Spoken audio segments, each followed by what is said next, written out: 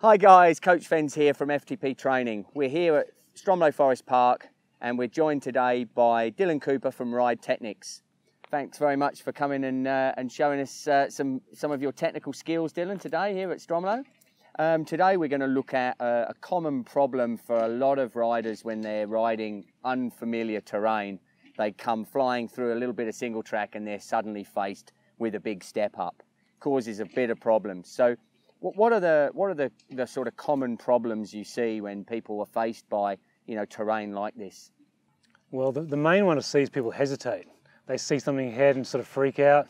They slow down, press the brakes, stiffen up, and they're all the worst things you can do. So the first step is just to have the confidence that you can tackle something like a rock step up or a log rollover.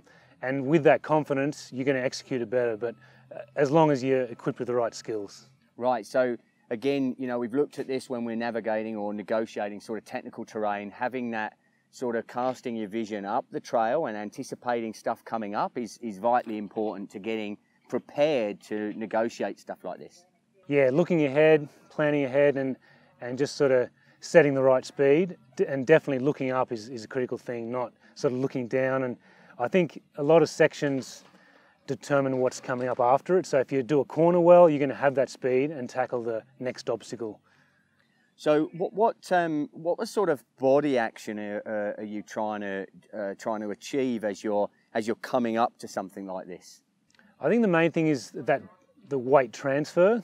A lot of people just see it as a lot of disjointed movement where you lift your bike with your arms, slam it back down, then separately use the pedals sometimes, which is also bad, to lift the pedals on the bike and then slam it back down. And if it's all mistimed, it can be pretty messy. So instead of those disjointed movements that at speed are going to be really messy because you can't do it quickly enough to get over something smoothly, instead it's more of a rocking the body and moving around in a fluid motion that's not disjointed, and using the torso more to link it all up and just making it fluid and smooth and flowing over things. So that really goes back to the basic skills of the manual and being able to bunny hop, because that is pretty much the same sort of basic movement that you're going to use to negotiate a step up like this.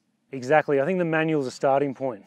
Getting that rocking back on the bike onto the back wheel, unweighing the front in an effortless way, not lifting the bars. If anything, is straighten out your arms so you don't actually lift and slam down. You just rock back and with ease just lift the front wheel, and that allows it to come back down smoothly as well because you just rock back down.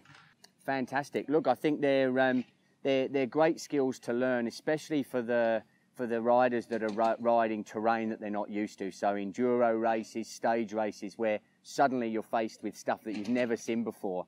And often that's something that I know a lot of new riders to the sport probably worry about when they feel, have they got the technical skills to be able to, go and race some of these sort of more adventurous races. So obviously learning those skills, fundamental component for them. Thanks so much for joining us today, Dylan, and I'm sure what they have learned has helped people immensely today. Thank you. Pleasure. All right, guys, look, superb bit of work there by Dylan Cooper of Ride Technics to sort of really understand the dynamics and body movement to get up a step up. Thanks for looking at this video, and we hope to see you out on the trail. Bye-bye.